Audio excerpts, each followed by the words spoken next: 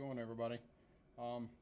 I just wanted to say thank you for subscribing. I've got up to 20 subscribers now, and I'm not doing this for money or anything. I just mainly want to document what I do to this old car, and have a place to store it, right? I just wanted to I'm starting to work on the dash, and it's kind of unique. So I wanted everybody to see how things used to be back in the day. Things have changed so much in cars now. It really doesn't have a wiring harness, so I want to show you guys the beginning stages of it, and then we're gonna, as we take things apart and I'm gonna basically strip the whole dash, and we're going to at that point refinish the dash with a different, have it bead blasted or sand blasted or something. It's real thin, so it's probably going to be bead blasted or corn blasted or something, to get it back to shiny. And then we're going to probably paint it whatever color we decide to do with the trim. The original trim color on this car, the velvet and stuff on the inside of it, was a real pretty blue. So but anyways, this is what the dash, right? You see it's got a lot of patina on it. I've had a lot of people tell me I should just leave the patina and just clear coat over it. You can see though, it's got, right, battery temperature, gasoline, right, oil pressure, and of course the speedometer. And you see the original mileage on this, right? Right, and the thing of it that's really so much different than everybody else is this is just an ignition on switch. This is the crank button. That's what initiates the starter. So many cars, so many old cars, right?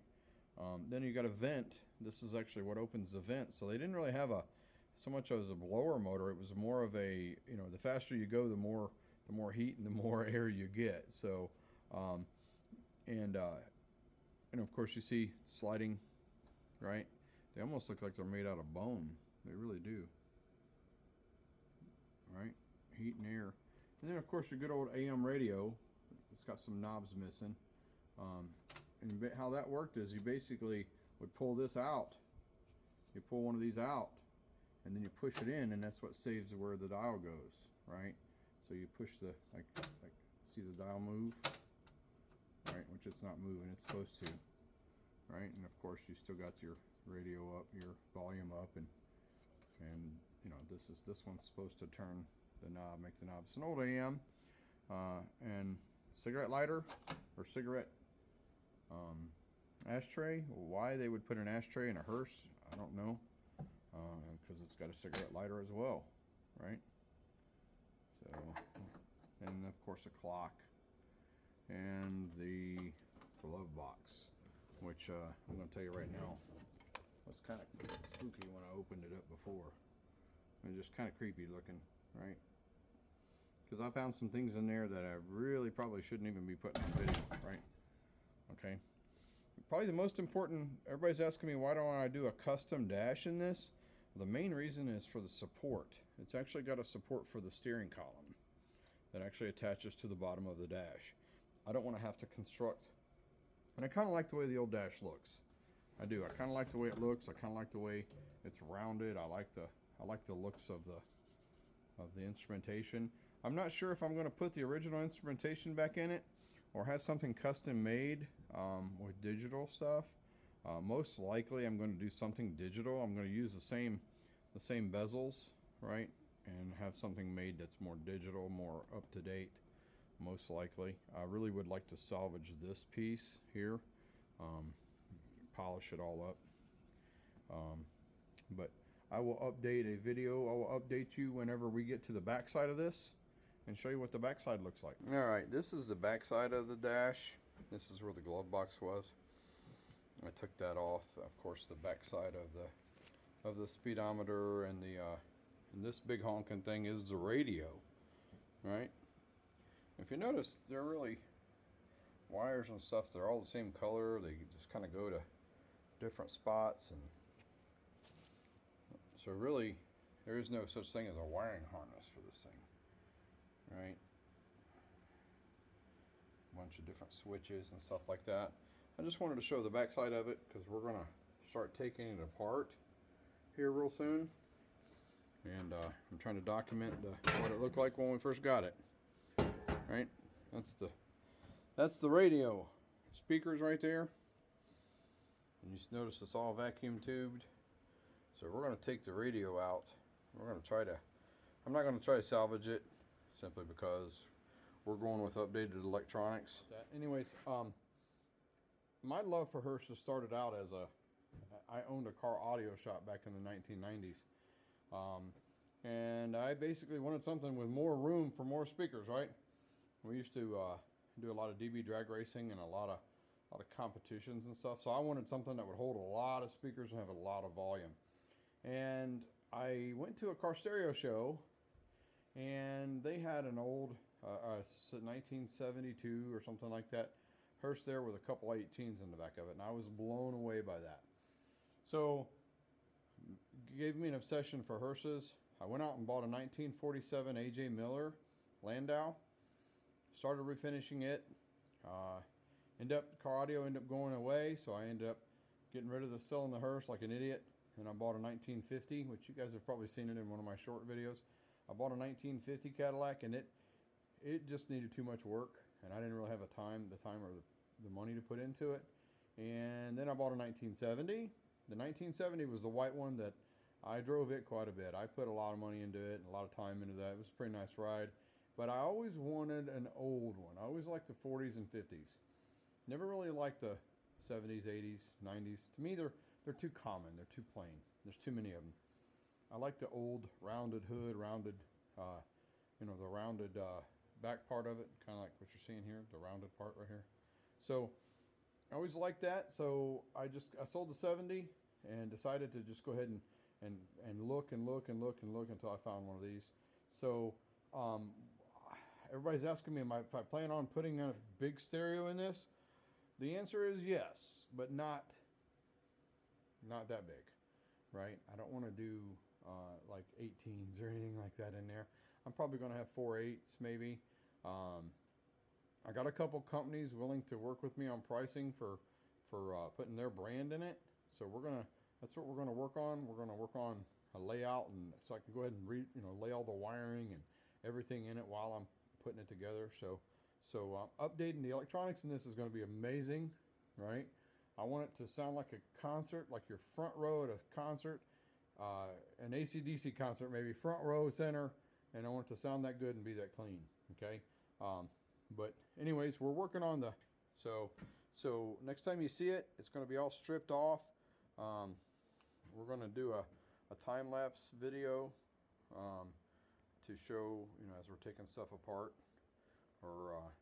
I'm not real keen on the video editing process yet. Like I said, I can do things, but I can't do things, right? So my sons have decided, and my daughter have decided that they would do the video editing for me, right? So yes, I'm an old guy trying to do new things, right? But it was their idea for me to even start this YouTube channel. So next time you see this should be bare metal, right? And we're gonna have it bead blasted and put all, recoat it new, different color, and it's gonna be pretty badass when we're done. So thanks for joining.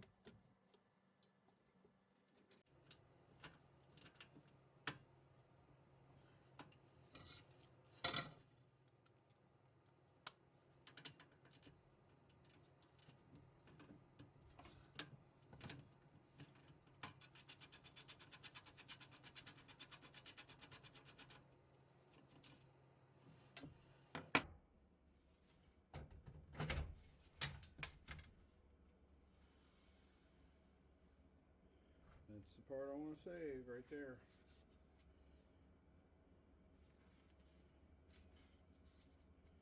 That's it.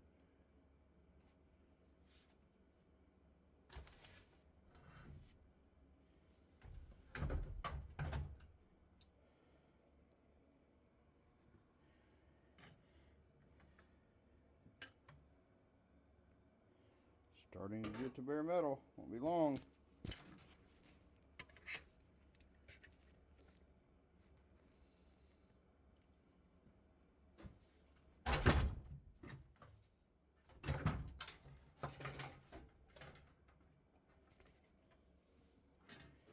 Look at that.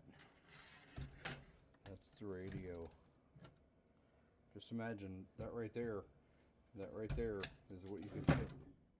You can fit now well in the palm of your hand. Show you the difference in technology.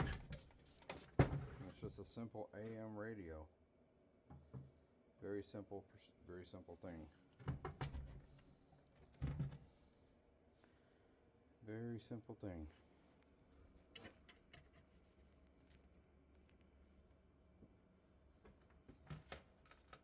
I'm not putting this back in, of course. So that may be for sale. Somebody that wants to do an original piece. As you all know, we're not doing an original piece. Looks like it's got a cotter pin. This actually, believe it or not, is the windshield wipers. This is the windshield wiper vacuum. It run off a vacuum. You see it's got a cotter pin. Right, got a cotter pin in there that pulls it out. Sorry I'm not going piece by piece here. I'm just new to this whole video thing, so I'm used to just doing stuff, right?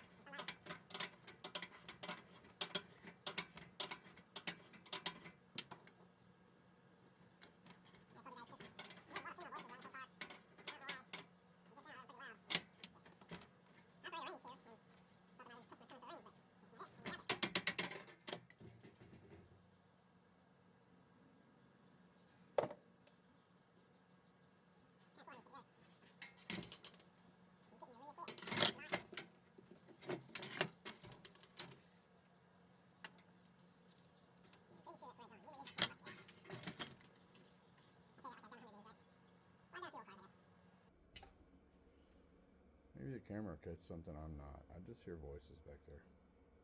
It sounds like two women talking. I've been hearing it ever since I got the car here. I don't know, Danny, if you're viewing this, the previous owner, if you heard voices coming from around this car, let me know. I don't hear many of the time except for when I'm around this car by myself. So, right, just give you guys an overview of what we got here. It's getting down to just being a piece of metal. That's exactly what we want. Then we can have it refinished, and then we can start putting it back together the way we want to put it back together. Right? That's always the best. It's always the best way.